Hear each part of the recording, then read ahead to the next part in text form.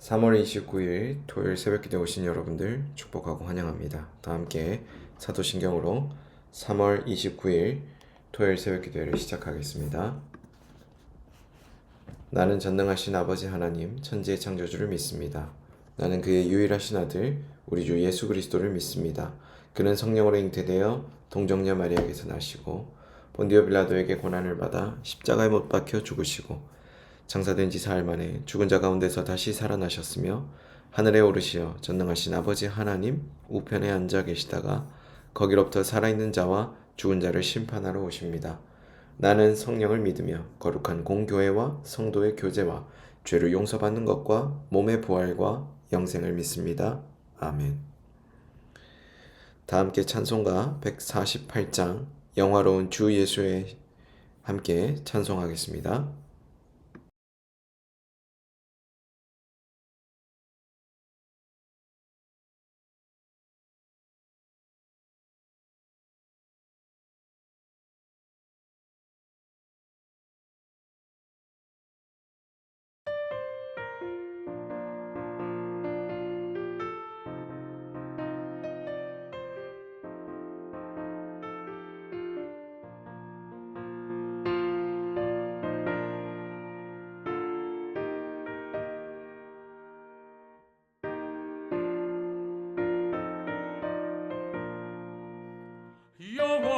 영화로운 주 예수의 십자가를 생각하면 세상 무기 모든 영화 분토만도 못하도다.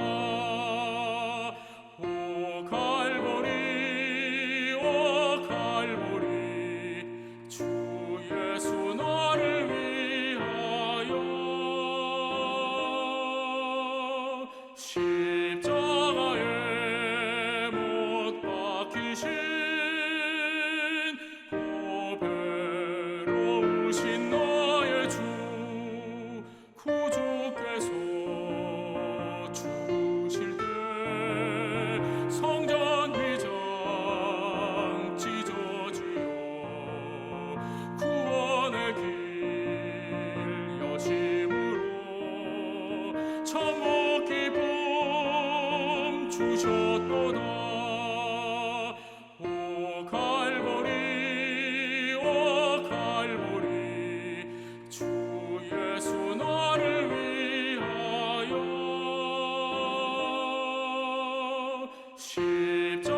십자가에 못 박히신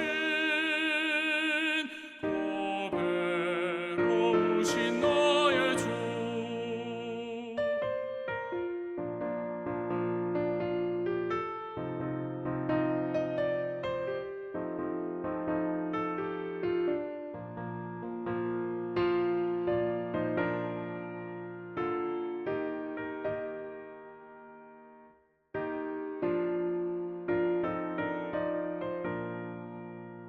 구주 예수 갈보리에 흘린 피와 물 가지고 나의 몸과 영혼까지 구속하여 주셨도다. 오 갈보리 오 갈보리 주 예수 나를 위하여 십자가에 못 박히신 고배로우신 나의 주 구주 예수 나를 위해 십자가에 죽었으니 그 사랑에 감격하여 이 몸 주께 드립니다. 오 갈보리 오 갈보리 주 예수 나를 위하여 십자가에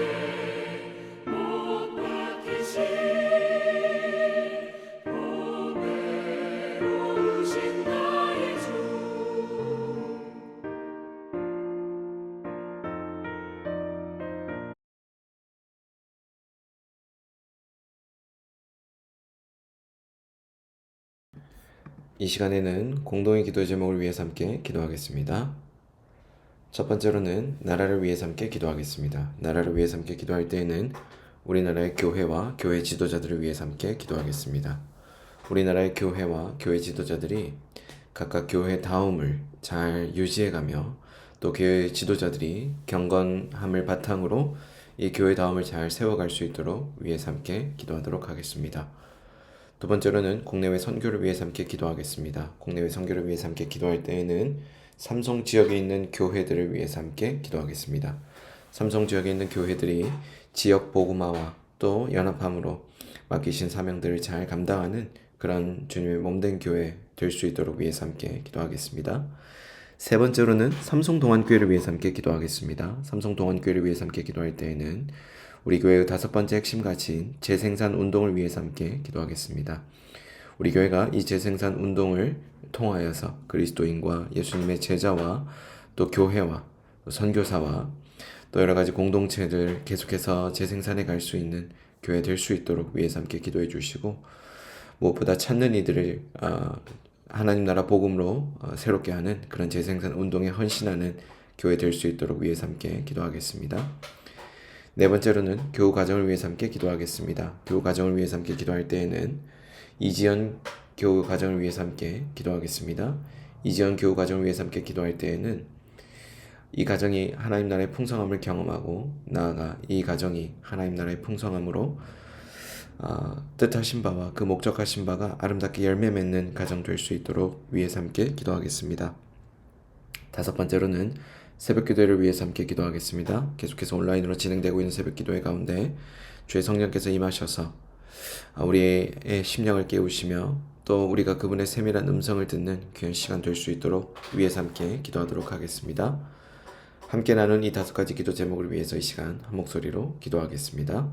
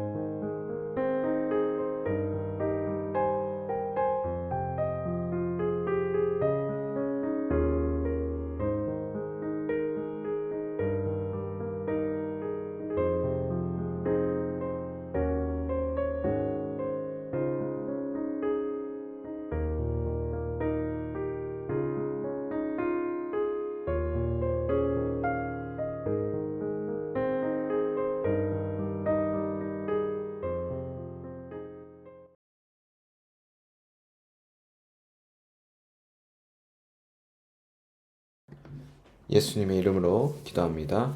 아멘. 오늘 하나님께서 우리 모두에게 주신 말씀은 누가복음 17장 1에서 10절까지의 말씀입니다. 누가복음 17장 1에서 10절까지의 말씀을 한 절씩 교독한 이후에 말씀 연회를 나누겠습니다. 한 절씩 교독합니다. 예수께서 제자들에게 이르시되 실족하게 하는 것이 없을 수는 없으나 그렇게 하게 하는 자에게는 화로다. 그가 이 작은 자 중에 하나를 실족하게 할진대 차라리 연자맷돌이 그 목에 매어 바다에 던져지는 것이 나으니라. 너희는 스스로 조심하라. 만일 내 형제가 죄를 범하거든 경고하고 회개하거든 용서하라. 만일 하루에 7번이라도 내게 죄를 짓고 7번 내게 돌아와 내가 회개하노라 하거든 너는 용서하라 하시더라. 사도들이 주께 여짜오되 우리에게 믿음을 더하소서 하니 주께서 이르시되 너희에게 겨자씨 한 알만한 믿음이 있었더라면 이 뽕나무더러 뿌리가 뽑혀 바다에 심기어라 하였을 것이요 그것이 너희에게 순종하였으리라. 너희 중 누구에게 밭을 갈거나 양을 치거나 하는 종이 있어 밭에서 돌아오면 그더러 곧 와 앉아서 먹으라 말할 자가 있느냐. 도리어 그더러 내 먹을 것을 준비하고 띠를 띠고 내가 먹고 마시는 동안에 수종 들고 너는 그 후에 먹고 마시라 하지 않겠느냐. 명한 대로 하였다고 종에게 감사하겠느냐. 이와 같이 너희도 명령받은 것을 다 행한 후에 이르기를 우리는 무익한 종이라 우리가 하여야 할 일을 한 것뿐이라 할지니라. 아멘. 오늘 우리가 함께 읽은 이 누가복음 17장 말씀에서는 다른 사람으로 하여금 죄를 범하게 하는 자에게 화가 있을 것이라고 경고하시는 주님의 말씀이 기록되어 있습니다. 먼저 1절과 2절을 함께 보겠습니다. 1절과 2절의 새 번역은 이렇게 그것을 번역하고 있습니다. 죄 짓게 하는 일이 있을 수는 없다. 그러나 죄 짓게 하는 사람에게는 화가 있다라고 시작하면서 그 1절을 번역하고 있는데 여기에서 죄 짓게 하는 일이란 다른 사람을 유혹하고 그로 하여금 죄를 범하게 하는 것을 뜻합니다. 예수님께서는 이처럼 다른 사람으로 하여금 죄를 범하게 하는 일이 얼마나 두려운 일인지 다음과 같이 말씀하셨습니다. 2절에 이 작은 자 중에 하나를 실족하게 할진대 차라리 연자맷돌이 그 목에 매어 바다에 던져지는 것이 나으리라. 연자맷돌을 목에 달고 바다에 빠진다면 틀림없이 죽습니다. 그러나 본문은 이렇게 하는 것이 지극히 작은 한 사람으로 하여금 죄를 짓도록 하는 것보다 차라리 낫다고 말을 하고 있습니다. 이와 같은 사실을 안다면 우리는 다른 사람으로 하여금 범죄를 짓게 하도록 유혹할 수 없을 것입니다. 그럼에도 불구하고 그렇게 한다면 자신과 다른 사람을 죽음에 몰아넣는 것이 될 것입니다. 여기에서 흥미로운 점은 지극히 작은 자라고 하면서 그 한 사람에 대해서 표현할 때 작은 자라는 표현을 쓴다라는 점입니다. 여기에서 작은 자와 큰 자, 작다 크다를 사소하다와 중요하다라는 어떤 그런 기준으로 나누어 본다라고 한다면 우리가 어떤 사소한 사람에게까지도 이러한 죄를 짓게 하는 것이 예외 없이 모두가 다 처벌을 받게 될 만한 굉장히 좋지 않은 행동이다라고 그 뜻이 해석될 수 있을 것입니다. 그러나 여기에서 말하는 그 작은 자라고 할 때 이 작은 자라고 하는 것은 사소하다 또는 누구보다 더 어리석다 또는 누구보다 조금 더 성숙하지 않은 그런 어떤 미숙한 사람이다라는 뜻으로 해석해 보게 된다면 그것은 말씀을 지나치게 표면적으로 이해하는 그런 해석이 될 것입니다. 여기에서 작은 자라고 하는 것은 성경에서 예외를 두지 않는다라는 측면에서 우리가 어떠한 사람에게도 그와 같은 일을 해서는 안 된다라고 하는 것들이 오히려 더 맞는 해석일 것입니다. 이때 우리는 조금 더 특수하게 이 뜻을 적용해 볼 때 하나님께서 우리에게 만나게 하시는 다양한 찾는 이들이 있다는 것을 이것에 한번 적용해 볼 수 있을 것 같습니다. 우리가 만나는 여러 작은 자들 중에 찾는 이들이 분명히 있을 텐데요. 그 찾는 이들은 이 작은 자라고 하는 단어가 적용될 때 그들은 하나님 나라에서 굉장히 멀게 느껴져 있는 어떻게 보면 하나님 나라의 소식을 잘 듣지 못하는, 접하지 못하는 그런 상태에 놓여 있는 사람들일 것입니다. 그러한 자들에게 만약 이런 일을 한다라고 하는 것은 굉장히 큰 어려움을 자초하는, 또 좋지 않은 그런 어떤 결과를 야기하는 그런 일들이 될 것입니다.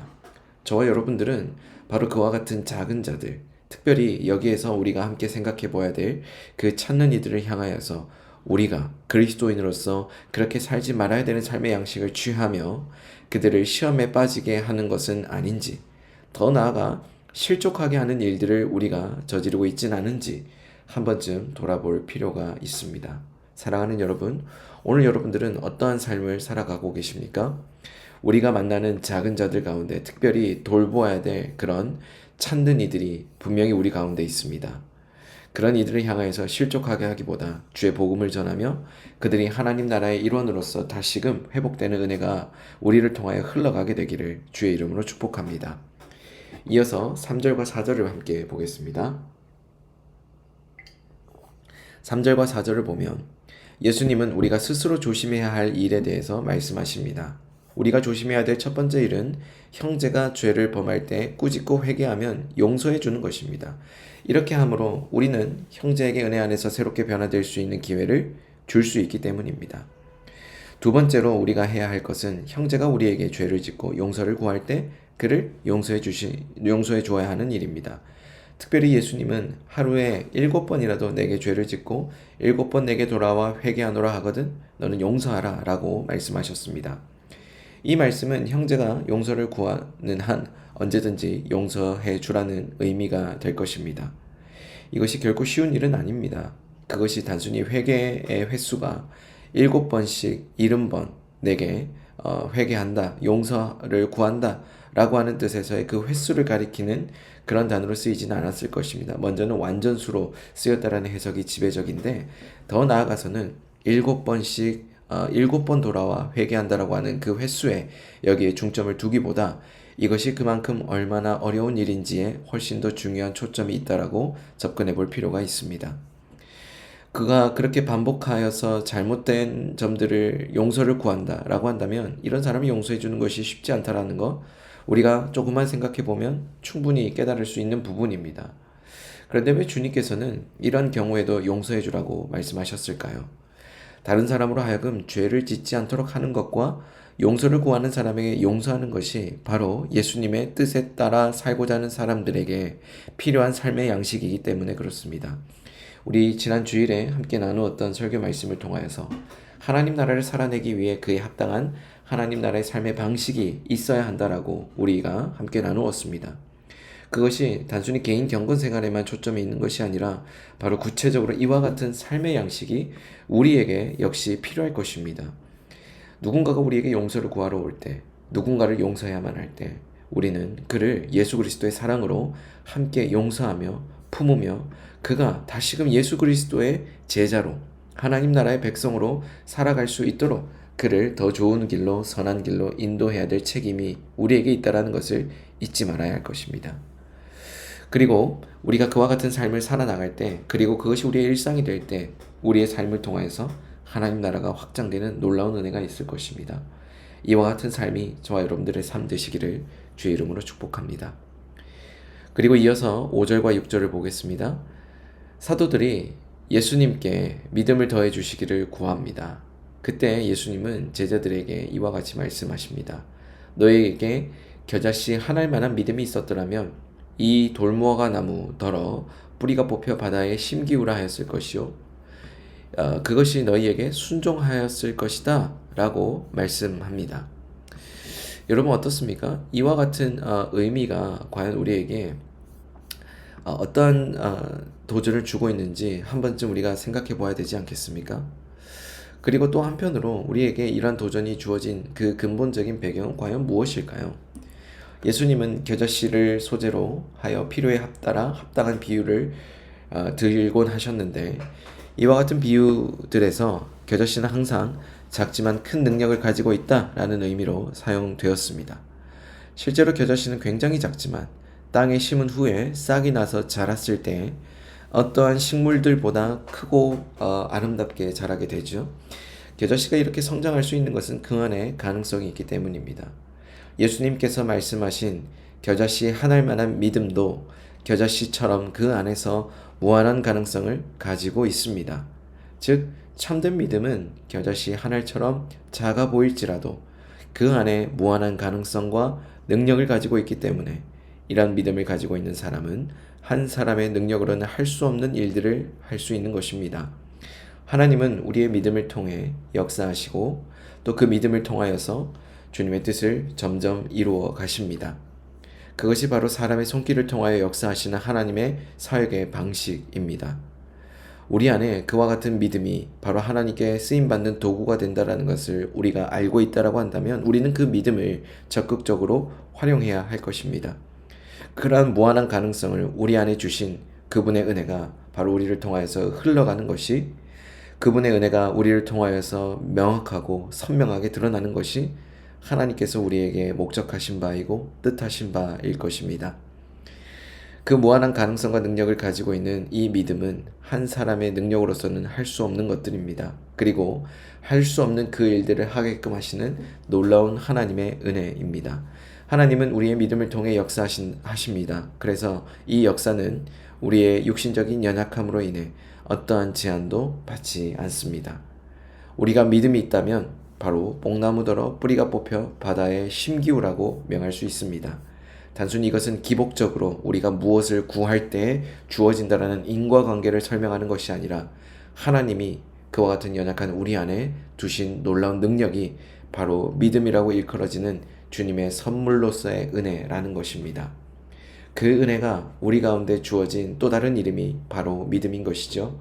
그래서 그 믿음을 우리가 주님의 주신 가장 큰 은혜로 여기고 그것을 의지하여 주님께서 원하시는 삶을 살아나가기 시작할 때 그 삶은 비로소 은혜를 힘입는 삶이 될 것입니다. 저와 여러분들이 그와 같은 삶을 살아나가시게 되기를 주의 이름으로 축복합니다. 이어서 7절부터 10절까지의 말씀을 보겠습니다. 본문은 종의 도에 대해서 종의 그 합당한 삶에 대해서 예수님께서 우리에게 말씀하신 것들이 기록되어 있습니다. 종은 하루 종일 밭에서 일을 하고 돌아와 쉴 만한 시간이 없습니다. 그래서 주인을 위하여 식사를 준비해야 하고 주인이 식사를 다 할 때까지 시중을 들어야 합니다. 이처럼 종은 힘을 다해 수고할지라도 그 수고는 당연히 해야 할 것이기 때문에 아무도 그 수고에 대해서 감사하거나 또 그것에 대해서 칭찬하지 않습니다. 만일 종이 자신의 수고에 대하여 칭찬을 바란다면 그때부터 그는 종으로서 합당한 삶을 살아갈 수 없습니다. 이 말씀은 종으로서 마땅히 지니고 있어야 할 바른 삶의 자세가 무엇인지에 대해서 말씀해 줍니다. 무익한 종이라 해도 우리의 해야 할 일을 한 것뿐이라 라는 이 예수님의 말씀은 예수님의 제자로 따르는 사람들의 삶의 방식이 마땅히 가져야 될 태도가 무엇인지를 가르쳐 주고 있는 것입니다. 우리의 삶 속에 이와 같이 종으로서 때로는 우리의 수고와 우리의 노력이 드러나지 않는 것들이 너무나도 많습니다. 우리의 섬김이, 우리의 열심이, 그리고 우리의 헌신이 때로는 누군가에게 칭찬받고 인정받는 그러한 것들로 여겨지지 않고 사소하고 그리고 무시당하고 멸시당하며 또 그러한 것들이 아무런 무익한 것들로 아무런 쓸모가 없는 것들로 치부되고 있는 것들이 굉장히 많습니다. 특별히 우리가 살아가고 있는 그리스도인으로서의 삶의 모습은 사람들로 하여금 예수 그리스도의 종으로 살아가고 있구나, 그를 따르고 있는, 그를 섬기는, 그 예수 그리스도를 섬기는, 철저히 섬기는 종으로서 살아가고 있구나라고 여겨지는 것이 아니라 굉장히 무익한 일에 시간을 허비하고 있구나라고 여겨질 때가 더 많다라는 것이죠. 그럼에도 불구하고 예수님은 그와 같은 삶을 살아나가는 우리에게 다시금 이 말씀을 통하여 이렇게 도전하십니다. 종으로서 예수 그리스도께서 원하시는 그 제자로서 살아가야 할 삶은 이와 같이 드러나지 않는 것에서, 그리고 칭찬과 인정으로 연결되지 않는 그와 같은 삶이라 할지라도 주님을 섬기고 주님께서 원하시는 그 길대로 살아나가는 것을 주님께서 도전하고 계시는 것입니다. 저와 여러분들의 삶 속에 이와 같은 삶이 너무나도 빈번하게 자주 일어나기 때문에 때로는 그와 같은 삶을 포기하게 되기도 합니다. 그러나 그것 아십니까? 그와 같은 삶을 살아나가야 하는 우리의 이 삶의 현실 속에 주님은 인자는 많은 이들을 섬기러 이 자리 가운데 왔고 많은 이들을 위하여 자기의 목숨을 대속물로 주기 위하여 오셨다라고 말씀합니다. 그렇게 우리를 섬기러 오신 예수 그리스도, 그분이 우리를 섬기시러 오셨던 섬김의 왕으로 우리 가운데 오셨다라는 것을 분명하게 말씀하시면서 동시에 우리를 섬김으로써 우리가 하나님 앞에 존귀히 여겨지도록, 우리가 하나님 앞에 너무나도 귀한 자들로 여겨지도록, 우리가 그와 같은 자들임을 분명하게 깨닫도록 그분은 자신을 희생하시며 십자가를 바라볼 때마다 우리가 그와 같이 귀한 자들입니다라고 고백할 수 있도록 구원의 은혜를 베풀어 주셨습니다. 저와 여러분들이 섬김의 종 그리고 섬김의 왕으로 오신 바로 그분을 바라보기 시작할 때 우리가 그분을 통하여 하나님께 얼마나 귀한 자들로 여겨지고 있는지를 깨닫고 세상에서 받지 못하는 칭찬과 인정을 하나님께로부터 모두 다 받아 누리고 있음을, 이미 그것이 우리 가운데 주어졌음을 깨닫게 될 것입니다.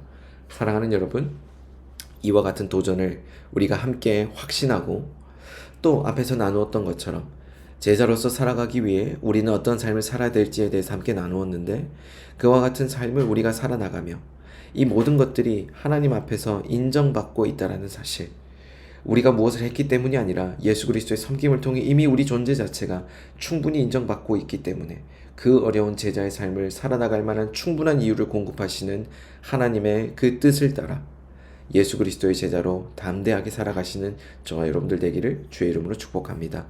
함께 기도하겠습니다. 사랑의 주님, 예수 그리스도의 제자로 살아나갈 때 우리의 삶에 허락하시는 놀라운 은혜가 있음을 다시 한번 믿고 고백하게 하시니 고맙고 감사합니다. 우리가 섬김의 그 삶을 살아나갈 수 있도록 우리를 위해 섬기러 우리 가운데 찾아오신 예수 그리스도를 바라보는 그 믿음이 있게 하여 주시고, 그 믿음으로 예수 그리스도의 제자로, 예수 그리스도의 종으로, 그리고 많은 이들을 섬기는, 바로 섬기는 이들로 살아가는 우리 모두가 되게 하여 주옵소서. 사랑이 많으신 예수님 이름으로 기도합니다. 아멘. 다 함께 주기도문으로 오늘 새벽 기도를 마치겠습니다. 하늘에 계신 우리 아버지, 아버지의 이름을 거룩하게 하시며 아버지의 나라가 오게 하시며 아버지의 뜻이 하늘에서와 같이 땅에서도 이루어지게 하소서. 오늘 우리에게 일용할 양식을 주시고 우리가 우리에게 잘못한 사람을 용서하여 준 것 같이 우리 죄를 용서하여 주시고 우리를 시험에 빠지지 않게 하시고 악에서 구하소서. 나라와 권능과 영광이 영원히 아버지의 것입니다. 아멘. 이 시간 이후에는 각자 가진 기도 제목을 위해서 기도하겠습니다.